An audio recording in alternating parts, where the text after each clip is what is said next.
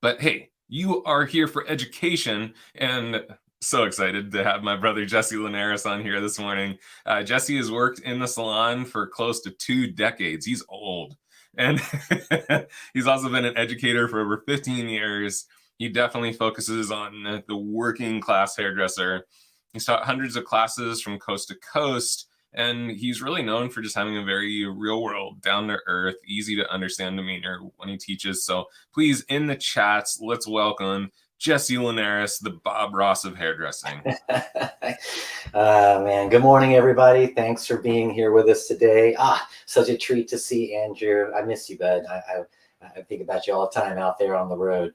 So we got some fun stuff planned today. It looks like, according to the schedule I saw this week, me and Roger, and we're going to be rehashing some stuff that we did at ABS Chicago. So myself and Mr. Christopher Benson, who joined us on our stage for one segment, we worked a little bit of Disconnection for an hour with our crowd.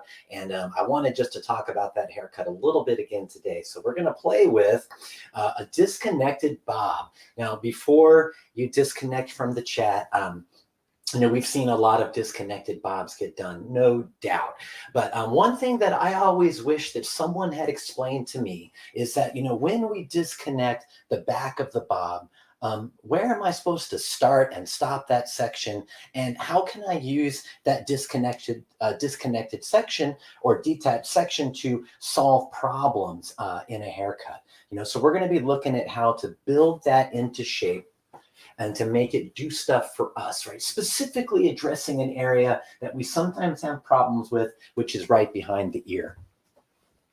That area is often referred to as a low density area. And it is because, that's where the hairline sort of rounds around the ear. And we either in our bobs get ourselves in one of two kinds of trouble. Either we leave too much bulk back there, a lot of times from the result of over direction, and we're playing it safe and we leave too much behind that ear, or we go the other way and we open it up too much in a way that we didn't want to see. So that's one thing that we want to play with today. On the benchmark, once again, before we get started, just want you guys to see how the hidden section here is designed to address a specific need that some people have at the back of the head, which is imbalance relative to the jaw. So if you look here at Lydia, her distance from her ear to the back of the cranium is pretty proportional to the front. But what if it wasn't? What if it was flat? Was there something that we could do about that? And that's something we're going to look at. So let's get started. The first thing we want to do is we have her divided down the center line, and then we've allowed for her natural parting, which is slightly off the center, to exist in the haircut. And we'll talk about when we get up top why that matters. So the first section we're looking for is the disconnected back. Why do we detach or disconnect the back of the head? A lot of times it's to make these bobs look a little bit edgier or to remove unwanted bulk. I have a few guests that like to keep their bob a little bit shorter, close to the hairline, so we have to disconnect or detach a little bit under there just to address those little pokey outies that might want to occur. So many reasons why we do it. That's why I would refer to this as a staple haircut. But let's talk a lot about what we're doing with this and why. So the area that we're looking to detach is going to alleviate bulk that's underneath the occipital bone. And you can see that set right there. All of this, once this bone begins to curve under, it really begins to build up and amass weight there. And in those shorter bobs, that can tell on you. So what we're looking for here is a place where we can detach this and be able to kind of hide what's going on under here, compensating with density or bulk from the top. A nice way to test that out is to take a comb that looks contrasty to the hair. So in this case, I got a white one. And I'm just going to sort of place that at the point that I've chosen to detach. And once I allow the other hair to kind of drape over that, I should not be able to see the comb, especially with wet hair. If I can see the comb through wet hair, then I definitely need to do something with that, even more so if I can see it through the dry hair. Now, the pitch and line of this angle as well. We're going to slant this diagonal forward because that's going to tell us a story when we get up top. But for the moment, we're looking for how can we detach this and then leave this line here. The line that we draw will actually turn into the tilt of our section lines as we move into the top, and then also the tilt of our perimeter. Sneak preview. I found this out after the fact one time, and so now I like to say it at the beginning. So if you can imagine that your bob is going to move down in this way, then that's the angle that you want to create when you draw this first section. So we do a density read, we decide what tilt of the perimeter on the bob we would like to see, and then let's draw a nice clean line. You know, one more decision we can make while we're sitting right here too is once we get into this area, this low density area behind the ear, do we want to leave some more safety net to drop down in there and fill that negative space? So we're going to create some negative space here to once again fill that and preserve a perimeter that also alleviates the bulk. Once we have everything the way we'd like to see it, we'll do the same thing on the other side. So I'm just going to isolate these top sections for the moment and put them away. How's everybody doing out there today? Awesome. I see that the chat feed is already lighting up, so that's great. Thanks everyone for being here. We're going to draw the same line on the other side. So we'll do a little bit of cheat here. Where did I stop? It was just at the crest of the back of the ear. And I'll do the same thing here, starting from this point.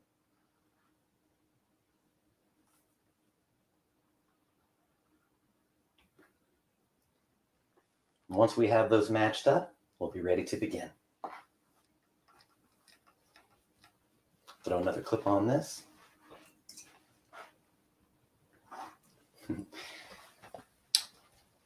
Jorge Perez is living good, man. Good to see you. So now we have these two sections that are balanced right here. Now we're going to use a sense of contradiction in the way that we create this bottom section. Is that you can see that the lines we've created for our shape are going to be moving diagonal forward. So we're going to juxtapose, or we're going to contradict that by taking these lines diagonal back. And the reason we're choosing to do this is because the diagonal back line will allow us to work over direction in such a way that builds us some weight at the center back. And remember, that was one of the issues in our haircut today, is that we were choosing to use detachment or disconnection, but there has to be a reason for it. And so as we do this, we're collapsing bulk, but we also want to make sure that we can extend the silhouette in the cranium a little bit to give her just a little bit more fullness through here. And it also provides us with a little bit of bulk for the top to attach to. So our first section here, diagonal back, and we'll work our way towards the center. Then I'm going to take what I don't need here and just stick it away. So we get this line that looks something like that. So for the first cut, we want to create a textured edge. We're also working in very low elevation here. So my weapon of choice for this is going to be our new Classic Series 14-tooth point cutting shear. And we call it a point cutting shear because it's kind of a heavy duty chunking shear. But then when it puts the teeth together, just like our Invisablend, this blade is not actually sharpened. So you get a nice soft stretch on that, and it creates these deep corrugations within the subsection, which you'll begin to see here in just a moment. So our plan here is that we want to build a little bit of weight that's happening here at the center back. So to accomplish that, we're going to work with some light over direction, and we want to build graduation that builds the silhouette up and away from the occipital. So we're going to drop each section to the previous parting to increase the rate at which the graduation builds. If you're with me, say yes. We are in show mode these days. I'm loving life. So my fingers are going to be very tight against the head there for this first section, because what I'm trying to do, as we said, is collapse volume on the side of the head. And that's why it's going to help create the negative space that this part of the bob can fall into without creating heavy dog ears for me. We're working this around And you can see that with slight over direction that the length is increasing as the closer I get to center back. Does it take a few more chomps to get through it with a blending shear? Yes, it does. But the result that I get in the moment is a nice texturized edge, especially in low elevation. Is that beneficial? What's up, Andrew? Just going to ask, Rosie was wondering if you are working with just water in the hair, or did you use some kind of cutting lotion? Okay. Well, yeah, I don't want to make too much of a retail discussion of it, but I'm very passionate these days, Rosie, about what I call super primers or thermo primers. Everybody makes one now. And what I'm trying to do these days is to get my clientele to treat their hair the way that I do, to treat it like a hairdresser. So what I've got in the hair is I did shampoo the head, but I did not use conditioner. I'm kind of taking people away from conditioner these days.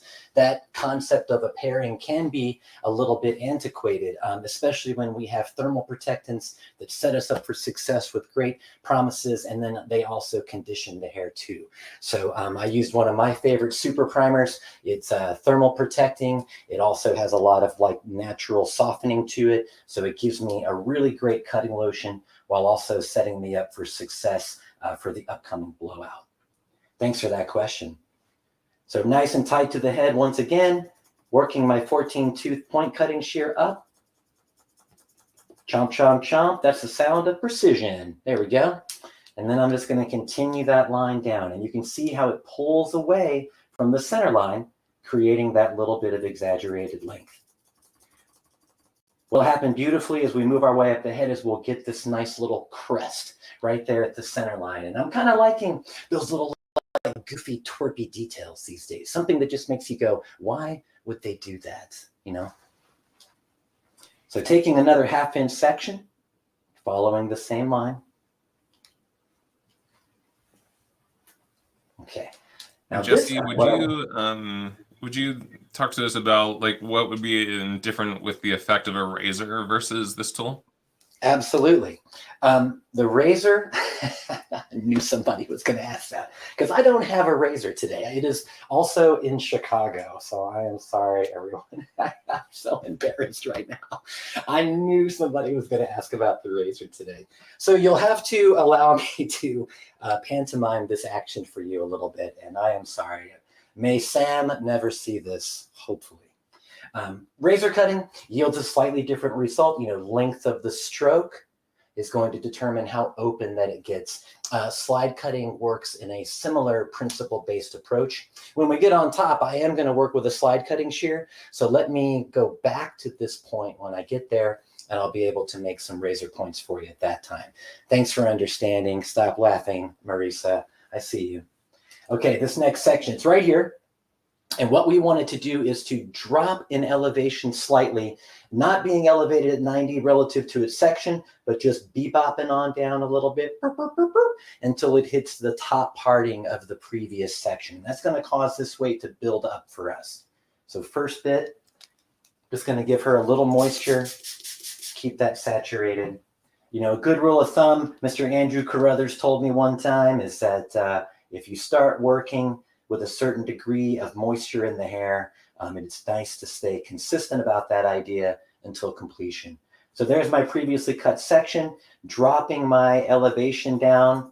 And in this diagonal section, it could be argued that you're seeing a little bit of over direction as well. That's a drinking and thinking point, my friends. We'll talk about that one later.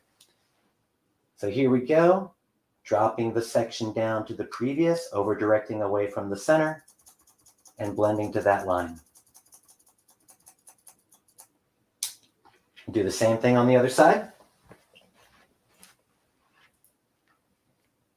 Thank you, Andrew, for calling out those great questions. He knows me, guys. I get in the moment and I get excited about what we're doing and what we're talking about. And sometimes I forget that I'm not the only one here. So thank you guys for chiming in with those great questions and being a part of it. So here we go, combing this down towards the previous parting, looking for where I cut previous, and I can see it peeking out right there. A few chomps with the 14 tooth point cutting shear, and it's leaving me a nice textured edge. And just bringing that down and over. Jesse, Rosie said that she has a client that has a cowlick right in that kind of area that you're cutting, which is kind of common to have those cowlicks in that area. Yeah. Is there anything that we can do to keep it from sticking up on us? It depends on how short you're going to take it, Rosie. A lot of times as well, if someone wants the look, but they've got something that's going to misbehave on you, it comes down to consultation and guest agreement, So when we're going to finish out this little section in just a moment, and you're going to see me do some very cruel things to Lydia here. And that is something that if your guest wants the result, that they'd have to be willing to do to themselves. So in those consultations, I'll pretty much ask the question, are you willing to get up and make time to do this every single day? The consequence being that if you don't do that, you will look like a weirdo. And so, they come to the decision. If they say yes, we cut it, and then we show them how to burn it into place and take care of it, which we'll do here on the mannequin in just a moment. But yeah, it's always about agreement. Sometimes if it's right there in the hairline, I've got a person who has a cowlick that's right there at the bottom of the hairline. So we actually get under there and disco that or detach that a little bit and just kind of shave it to the wood in that one area and create a really quick taper that comes up. So it's really just about what the guest has going on and what they're willing to do about it. I have a lot of people that are like, I don't want to style my hair. And so that closes doors on certain options and certain haircuts and certain colors. If they won't put in the work that's required to maintain it, then as a professional, being guest focused, it's my job to say no, because the last thing I do is want them walking around looking like an idiot because of something I did, right?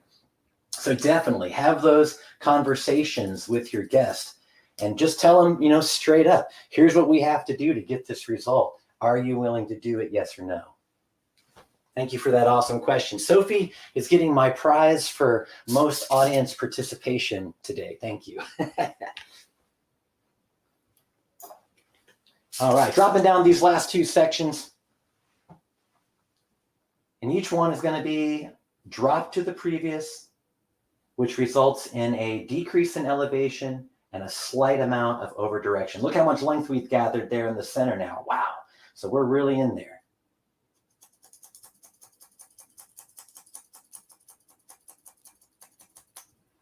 If you're playing with concepts like this for the first time, that's one of the reasons why I love our pivot point mannequins. This is Lydia. She was made special for us by Pivot Point. She's actually named after Sammy's mom. So, and that is awesome. She is a mixture of level 5 and level 7 hair. So she gets a beautiful iridescence all on her own. She looks great. Actually, I don't like to color the mannequins when I work with them on the road because I think they look perfect as they are, and they really show good contrasty lines when we cut hair for people on stage or on video. And she has longer, thicker hair than most mannequins that are designed for hair cutting, so she lends herself nicely to updo techniques, color techniques, whatever you'd love to do. Our weapon of choice. Get yourself one, and when you're trying something for the first time, play with a friend, and then you'll get all of your discoveries before you go live. So now we're going to finish this little area out and just take a look at it. We'll look at, like, for Sophie's sake, what about these little cowlicks here and what can we do about them? So the finish on this, I'm going to use a small thermo resistant comb. This is one of ours. This is our short cutting comb. I love it for styling because you can hook under the root and then put some tension on it and pull it down. I've heard some call this technique leafing before, and it's almost like you're just leafing through the pages of a book or a magazine. Anyone remember those things? It's like you're scrolling through a site. So you're going to put a little bit of heat on that and just work that curve with the round of the head. Using the spine of my comb to press that root down.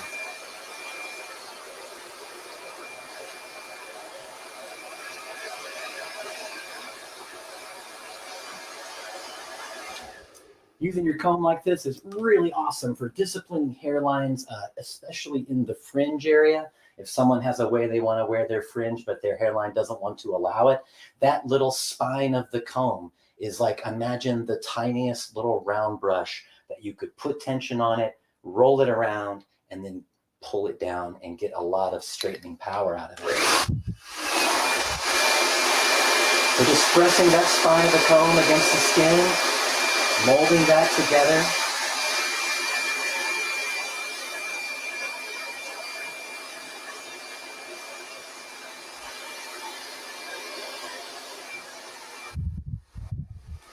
I'm getting a little bit of soft finish on that, and we're starting to see what we had hoped to see, which is that for someone who maybe has a little bit of a flat cranium or a shallow occipital region, that we can actually build a sense of volume and proportion back to them. So it's going to give us something also, a little bit of silhouette area to connect to as we move into our top layers. You guys doing good so far? If you're doing good, throw a good in the comments box and I'll just watch them fly and I'll know you guys are having a good time. Thanks for being here once again.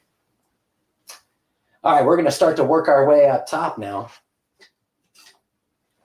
And so like we said earlier, we designed the way that we worked our sections in the bottom to hug the side of the head. And let's get a look at that dead on. And you can see how, as I turn her, it builds weight and volume this way. But then as we turn to the side, you can see the hair gets shorter and shorter and actually really opens that area up, which is going to be the perfect spot for us to drop this little bit of weight in so sweetly. So it'll fill up that area right there without being too bulky. So our first section, we're going to move all the hair in the direction the way that we would like it to open up. And then we're going to take about a 1/2 inch to 3/4 inch section. And what we're really wanting for that section to do is to encapsulate the entire perimeter to the front.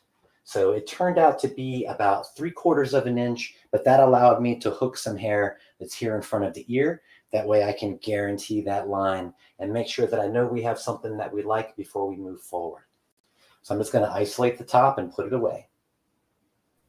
Jesse, when we're watching a haircut like this, and we often get lots of questions, can this haircut be done on curly hair, thick hair, fine hair, all the different fabrics? Talk to us a little bit about how we adapt what we're seeing to sure, absolutely. Fabrics.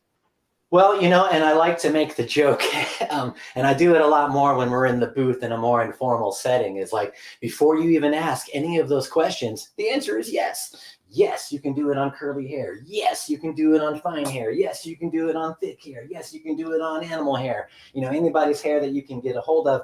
All of these principles are possible, but there just has to be some evaluation in the moment, evaluating the fabric, evaluating the guest habits, and all of those things too. So, with curly hair, we know the first time you cut curly hair, it or you discover it, is that elasticity means something.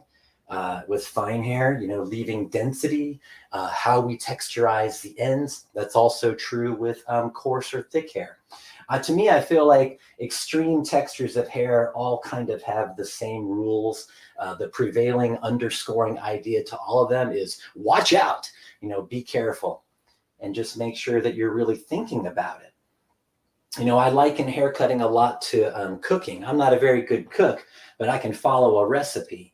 And I think that's hair cutting for some of us as well, is that, it's not really something that we go home and lay our head down at night and dream about, but we can follow recipes to accomplish these cuts. So most of the questions that we have come to those details, those personalized things that honestly, nobody can answer but ourselves. We have to try it on these different kinds of hair. I tell people, I work with our junior stylists at the salon once a week, and I tell them all the time is that if you want to do good hair cutting, you have to be willing to bleed and you have to be willing to hurt some people's feelings, because those things will happen in your discovery process. So have no fear, go for it, let the hair hit the floor, and take your lesson. All right, so here we are working to the back. And you can see now we have these partings following that diagonal forward sectioning plan. And so we're going to work 90 degrees with no over direction, 90-degree elevation to the head form. And we're going to be keeping our finger angle and everything parallel to the section. This is essentially a state board level haircut. You know, if you can do this, you can pass the state board. So our section size should be on the flat side. What we don't want to see is a section that's so big that it carries through the round of the head. What's happening at that point is that when we have the curve of the head reflected in the section, when we cut it, we will get that element reversed in the silhouette, meaning we'll get some concavity that happens because the curve of the head influences length. So what we want to do is work in small, flat changes in direction. I've heard it called planes of the head, or working with the contour of the head or the round of the head. 90-degree elevation is going to bring us about there. So 90 degrees to the head form will change as we move around the head. And so before we make the first cut, we want to just eyeball this thing. We want to make sure that when we bring this length down, it's going to fit into the shape. You know, what can happen if we go too long is that we'll see some dead hang and swing going on. When we get this in the right spot, it'll just want to be there. It's almost like it's telling us, you know, where it wants to be. So we look for that little sweet spot, and I'm going to cut it a little longer than I think I should to start with, just so I leave myself some safety net. So elevating up, get a little moisture on that. Elevating up 90 degrees. And I'm thinking right in there will be nice. So let's try that. That looks like about 6 or 7 inches. My gut tells me it's going to be too long, but let's see. Elevating up 90. I'm working that 14 tooth point cutting shear. I'm working this for the first line just so I know our line is good and crisp. Let's have a look. So let me bring her in tight. And you can see, yeah, it doesn't really just want to be there. It's too long, kind of hanging with dead wood. You can see through that shorter.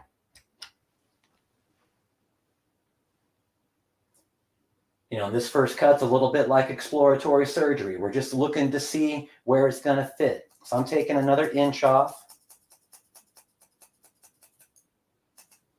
And we'll drop this down. I think we're getting somewhere. Have a look at this.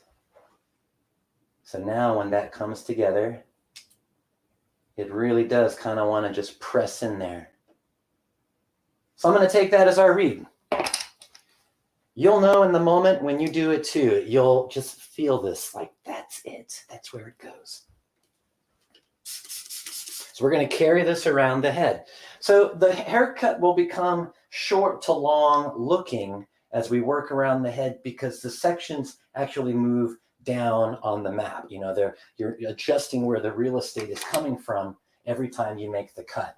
So that gives us permission then to work without all the funny business. You know, we don't have to do all of the over direction and weird little like strange elevations and twistaroos. All of that stuff is super fun and a great way to play with principles. But 18 years behind the chair. Andrew makes me feel old. Okay, Andrew, I have been behind the chair nowhere near 2 decades. It's 17 and a half years, man. Let's not blow it out there. I'm just reading my script, bro. Who wrote the script? Katie. Okay. I know she views me as an elderly person, so I guess that's cool. But yeah, what I was saying is after a long time behind the chair, you know, you meet new people all the time. It can be hard to remember things sometimes. So, you know, when we're doing this, it's nice to have protocols and methodologies that are repeatable, you know, consistent, you know, that you can deliver time and time again, every time. And sometimes one of the most frustrating feelings in the world to me is when I'm freaking slammed at work, my lunch is getting cold. I know now that I will never get to eat it. And then someone comes in and it's like, I want to talk about what we did last time. And so being able to remember that is huge. So bringing this out now. Let me turn just a bit so you guys get a better aspect on that. So 90 degrees from where it lives. And I'm blending to my previous section. Final cut. You know, this is relatively low elevation, so I'm getting my perimeter here, but I'm also texturizing it with moderate elevation coupled with a texturizing tool at the point of hair removal. So now we're getting a shape that I think we're going to be able to do something with. You know, as we kind of fuss that down, you know, we can see that something's going on there and it looks all right. So let's go to the other side and do some. Here we go. Same thing as we did before. We're going to work in small, flat sections that work with the round of the head. We're going to blend to our previous cut section. You can see that coming from the center, right in there. 90-degree elevation, which brings me to here. Here comes the 14-tooth point cutting shear. Chomp, chomp, chomp, chomp, chomp. And we're moving around the head. Oh, she tilted a little bit on me. Stay there, please. Working with changes in direction that are about 1 inch to 1.5 inches, depending on the size of that nugget. So if someone's got a little peanut head, little small head, then you may not be working with much hair at a time, small changes in direction. If someone's got a big head, it might feel like a lot more. And you can see that we get a lightly texturized edge from the 14-tooth blender. Bringing this on around.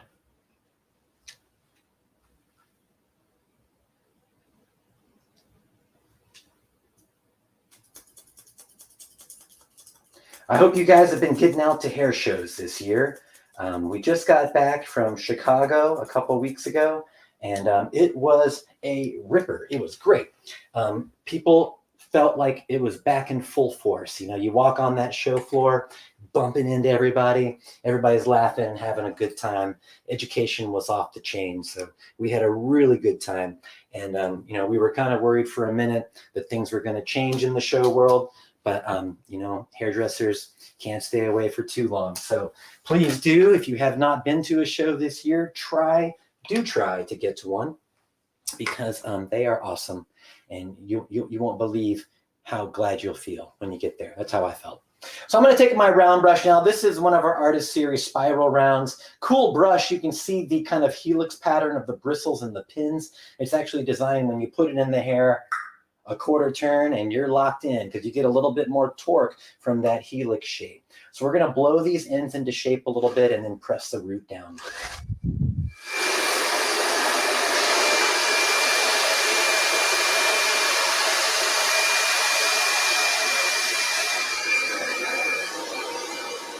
You'll notice that I'm going after the mid strands and the ends first.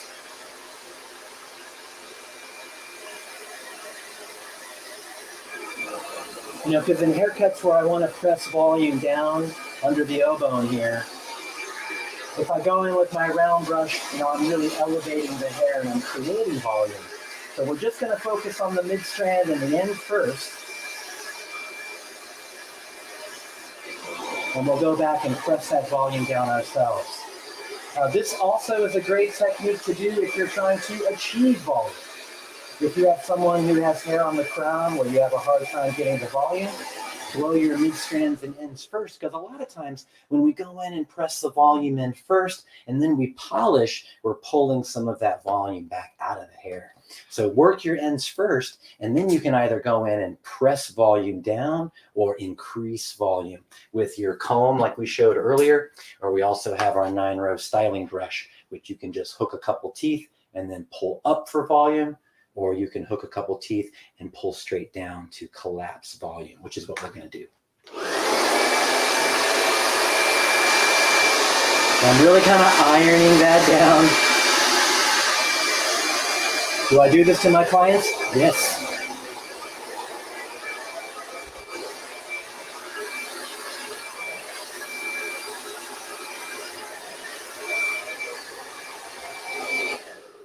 You know, bob haircuts were one of the haircuts that I was most afraid of when I became a new hairdresser. And so I really wanted to study them and to get a handle on it. And that's when I also started blow drying them as I'm completing them, because when you're working your way up a graduated bob, if you make a mistake in the wet cut and don't catch it until the end, then a lot of times that's when we would find ourselves after the blowout, coming back with the blending scissor and making adjustments. So, cutting with the blending scissor at the outset and then doing a little bit of blow dry as you go has, for me, been really helpful in speeding up these haircuts. Also delivering more satisfaction, because at the end of the cut, it looks good because I was checking it along the way. So there's not that, I do remember the feeling of like terror, like you're blow drying the last section. You're like, the blow dry's almost done. I'm going to have to check this haircut in a minute. And I already know I'm going to have work to do. That feeling is terrible. So behind the chair, sometimes it's about survival, just getting through the day in one piece. And so setting up these protocols that give me a sense of security as I work through the cut is really helpful. So Laura says, please show the shears to the camera. Thank you. All right, here you go, bud. Let me just wrap this little thing up, and then I'll bring them in real nice and tight for you. The shear I've been featuring today is our 14-tooth point cutting shear from the Classic Collection. The Classic Collection has to do with the handle. Basically, we wanted to say, some people were telling us your offset thumb or forward set thumb, is a little bit too much for me. Can you give me something that feels like, what I'm used to? So you'll see here that we have just a traditional offset thumb, big, sexy fixed tang right there for you. And then you can see the teeth. The teeth here, very big. You'll notice that they are simple in their construction, not a lot of little fancy teeth within the teeth, and that the blade, like I said, is highly polished, not sharpened. So when the teeth contact the blade, just like our Invisablend, you get a little bit of scallop or stretch to the end there, but it leaves a soft edge. And if you stand in one spot and cut for a minute, like I was showing, it will actually cut the line for you. You'll notice too that our thumb moves the teeth. Generally speaking, it's the other way around, where the thumb is moving the still blade. So having the teeth on top is a design on purpose to give us the ability to cut hair more effectively. So I hope you like that. I love talking about our tools. The innovations we come up with, I really do think are awesome. I'm really loving our Classic series. I wasn't so sure about that handle. I'm a forward set boy from the get, but yeah, I've really grown to like them quite a lot. Okay, so now we're moving up past the round, that other apex or vertical transition up here. And so we're above that vertical transition, or the so-called parietal ridge at this point. So we're going to switch off the 14-tooth point cutting shear, and we're going to switch to our Artist Series slide cutting shear. And since I'm showing scissors with everybody today, let's just look at this one real quick. Here it is. You'll notice that the blades, as they close, kind of curve away. And they're designed by the time they get to about there to start pushing the hair. And so you're going to get, especially when you work from the interior going out, a really buttery feeling as it pushes the hair very softly as you work through the mid-strand. Sometimes if you work with a regular shear and you're too aggressive, you'll get that kind of stuttering feeling like hitting speed bumps, or it'll just snap the hair right off. So this one doesn't really cut a laser line. It bails out nicely, beautiful for point cutting and working from the interior going out. Okay, moving on to my next section here. Now we're getting a little higher on the head, and I'm going to drop her down a little bit because I'm short. There we go. So we're looking here above parietal, or the vertical transition. And the 90 degrees now is here. I'm going to back up just a little. Here we go. Put her back up. Here we go. Reference. So we're going to talk about 90 degrees elevating to the top of the parting, just so I know that I'm consistent about it. That's not technically 90 degrees, but we're in there. So going to the top parting. And as I bring this up, I'm looking for a little bit of the hair that I cut previously. We have a decision to make here. So as I see where the hair that was cut previously, that's my blending point. If I blend there, then the haircut is going to completely mimic and imitate the shape of the head. Skateboard cut, once again, 90 degrees. So what we're going to do is just detach slightly by pulling about a 1/2 inch past that guide. And what will happen is it will continue to build volume up and away from the crown instead of going flat or too short. So 90 degrees. There's my previously cut hair as a guide. I'm going to pull past it about a 1/2 inch, giving myself room to cut and working from the interior with my Artist Series slide cutting shear. Just making short strokes controlled from the interior. And I'll bring this in so you can see the result that we get. So we get this nice effect of texturized ends. Looking that in there. And it's hard to point cut that deep from the outside. The hair just will usually want to buckle on you, and it's hard to keep it up straight. So I'm going to comb that into place and just make sure I like the bit of silhouette that we're getting. I'll let you guys see. Right there. And that kind of fits in there nicely. We're starting to get a good shape. So let's keep it going. I'm going to stand right here, taking about 1 1/4 inch section, not too much. And I'm thinking very much about how my scissor enters and leaves the hair these days. You guys know, if you've listened to me talk lately, that's one thing I'm going on and on about. So you'll see me putting my body in strange positions, but it's so I can create the same angles that move away from the center line without creating asymmetry as I move past the center line. And I've talked about this many, many times, but if you stand on one side of the head and cut, you get one effect. If you still stand there and go to the other side, you don't get the same effect. So just thinking very hard about how to create consistency as we move away from the center line. We all have projects that we work on behind the chair. Definitely have little things that you're always working on. That's one of the ways that after many, many years behind the chair, and I'll be frank, you see the same people over and over and over again. You kind of run out of stuff to talk about sometimes. So give yourself things to be working on. And these days, that's my big project, is trying as much as possible when it is desired to create symmetry. So 90 degrees here now. I'm moving down the side of the head, so my elevation is not as high. And you can see my previously cut hair falling away. I'm going to come in over the top. And with controlled point cuts from the interior, about a 1/2 inch of texture there. And then just comb that back into place. And you'll see me kind of give it a little pat on the booty there just to get it in there. And let it start to air dry the right way. Now we're down on the side of the head. Same thing. All right. What dry cutting shears have rotating thumbs, says Carlene. Well, Carlene, it's one of my personal favorites, the 7-inch dry cutting swivel shear. Definitely check it out. That shear is never far from my hand or my kit. And maybe if one of our people that are watching out there, throw it in there. 7-inch dry cutting swivel shear. All right, so here we go now. On the other side of the head, 90 degrees. This comes up here. And then I'm working from the interior going out about a 1/2 inch. Oh, sorry for that elbow, you guys. I just realized I did that. Let me try this side. Here we go. Nothing like a big old elbow to look at.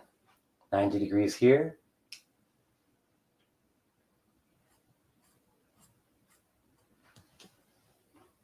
And just kind of push it into place so it can start to air dry the right way.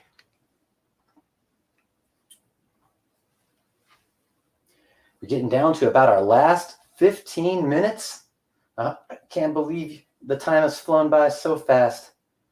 I want to say thanks again to Pivot Point, for the beautiful tools that they give us. Their tripods and mannequins. I will not use anything else.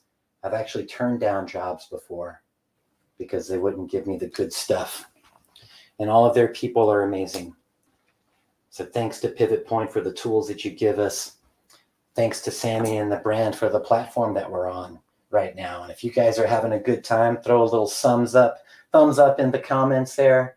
That way, you know, if Sammy or anyone else is watching from afar or later, they can see that you were here and having a good time. Yeah. The 7-inch dry cutting shear. Oh my God. Yeah, definitely love that shear. I used to get in a spot of trouble. Andrew can back me up on this because, you know, we always have these great and amazing new tools, but then I would show up on stage talking about the same shear every single time. And it kind of became this running joke on the road that, you know, we were always going to sell out of that one shear, but not really sell a lot of the shears that we came to sell. So yeah, it's an awesome scissor. Never far from my hand. You know, we call it dry cutting too. Any shear can cut hair, wet or dry. But the dry cut blades, when we label them as such, it's because they are going to be beefier. They're going to have features that give them higher tensile strength against the hair. So they're just going to be more likely to help you really plow through it and not give you any resistance. So that's why we say that. Moving on up. In the interest of time, so I can finish the cut, I'm going to stop blow drying as I go. I feel like we got that across. So here comes 90 degrees. Let me turn a little bit so you can get this side view, but then also from head on. And look at where that sits. So I see my previously cut hair poking out there, and I'm going to draw a little bit past it so I continue to build length and volume away from the crown and occipital. Oh, lost one there. She'll forgive me. Coming on around the bend. 90 degrees is right there. And also here. Elevate up.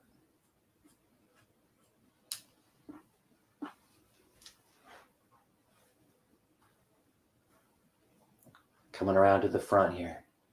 Same thing. 90 degrees.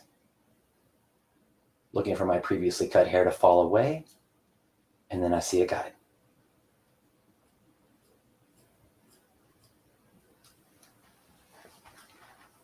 I'm just kind of bumping that into shape. You can see what we're starting to get here.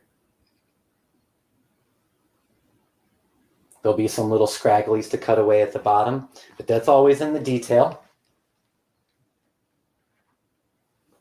I'm going to drop her down just a little bit so I can get on top of it.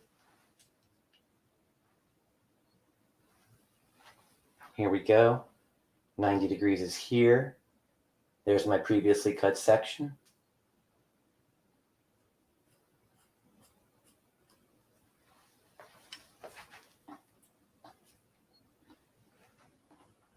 In just a moment, too, we'll go to the flip charts behind us. I have the sectioning plan already scribed out. We'll do a zoom in on that and talk about what we did just to recap.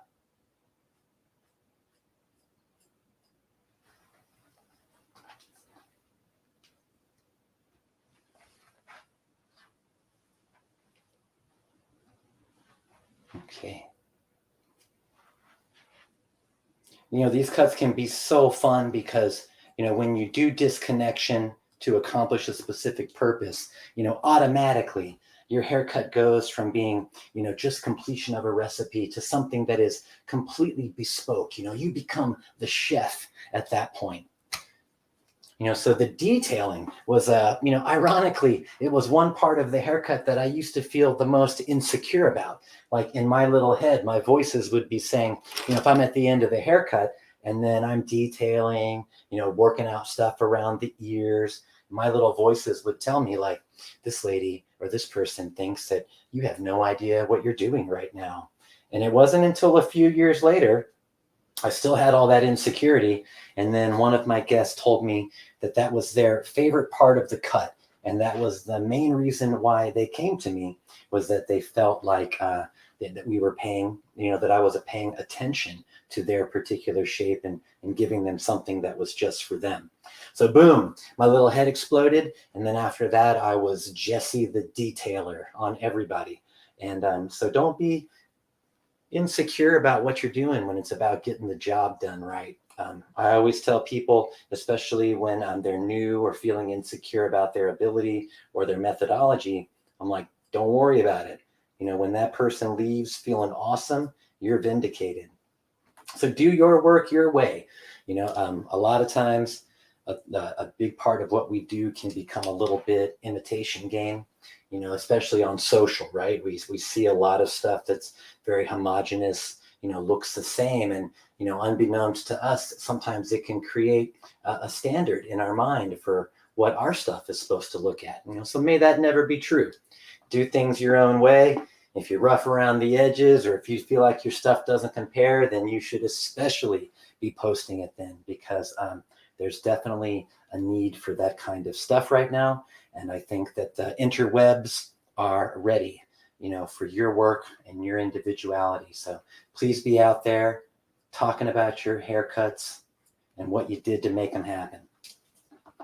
All right, one side complete. Coming up on the other side here.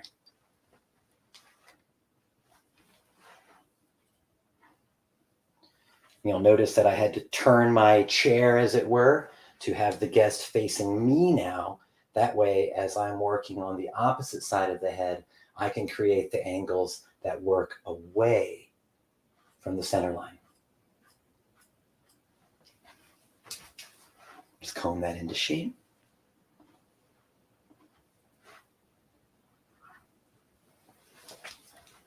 All right, we're coming into our last 5 minutes or so. If there's any burning questions that remain, or if you asked a question earlier and we didn't get to it, please ask it again, because I'm running out of stuff to do and I'm going to talk for a minute in just a second. So to have some of your questions to address will make this more enjoyable for you, I promise.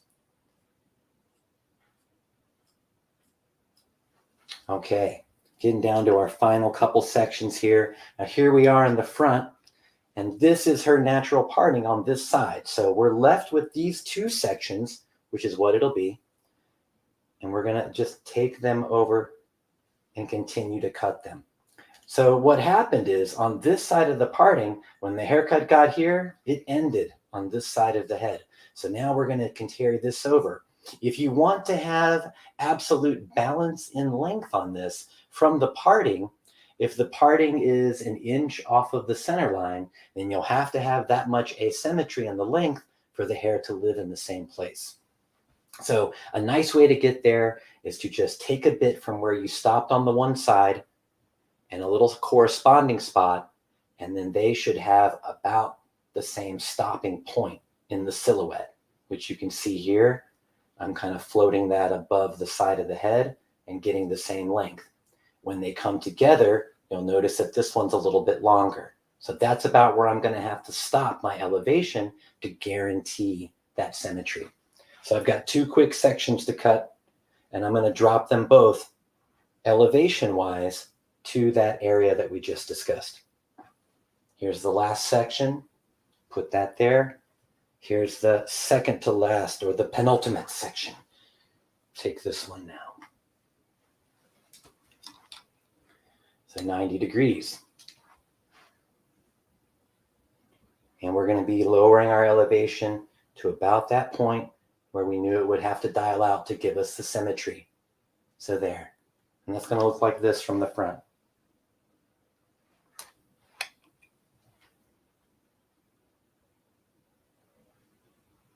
There we go.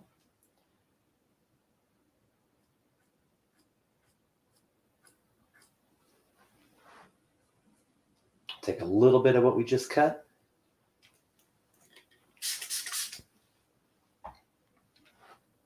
Okay. That's going to be here.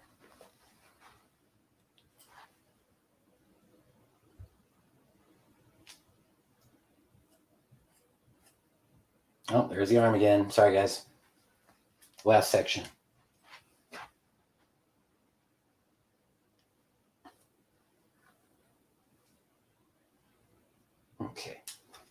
my arm out of the way. And we're dropping this down to that same spot, dropping the elevation a little bit. So we'll keep the length.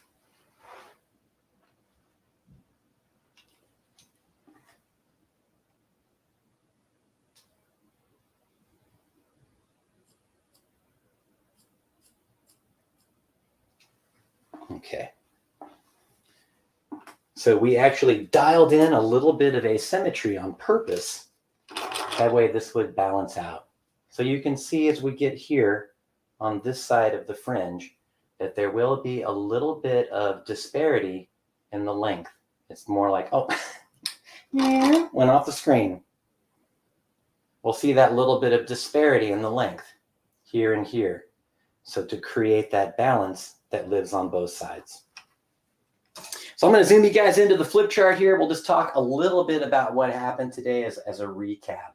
You can see the sections right there. So what we had going on here is that, we had a center line parting until we get to about the middle of the top of the head or the high point, and we allowed that this, natural parting would kind of take over through there. And so on either side of the head, we were cutting at 90 degrees with no over direction, and then elevating up correspondingly, 90 degrees, no over direction, keeping our finger angle kind of parallel to our place in the parting, watching that we did not rotate. Underneath here, we had these diagonal back sections that we were over directing away from the center line, and then also dropping each section down to the previous, which was going to give us a more rapid buildup of weight, which is going to help us balance what's going on back there in the cranium. Same thing here, these 90-degree shapes, and you see them like this.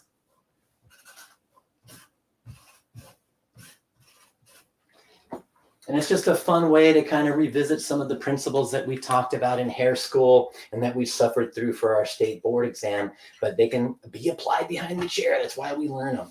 So if you think to yourself, I'd love to have an easy way to get after these bobs in a way that's consistent and repeatable, think about working this way. Think about when we use detachment or disconnection in the back, that we're doing it to create something, to remove bulk, or to add silhouette in a strategic area while we remove or create negative space somewhere else.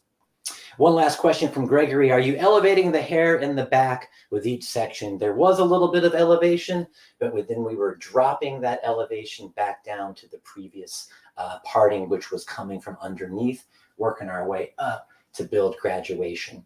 So if you, the broadcast will be saved on YouTube and Facebook Live if you missed that. So check it out later. Hey, Andrew.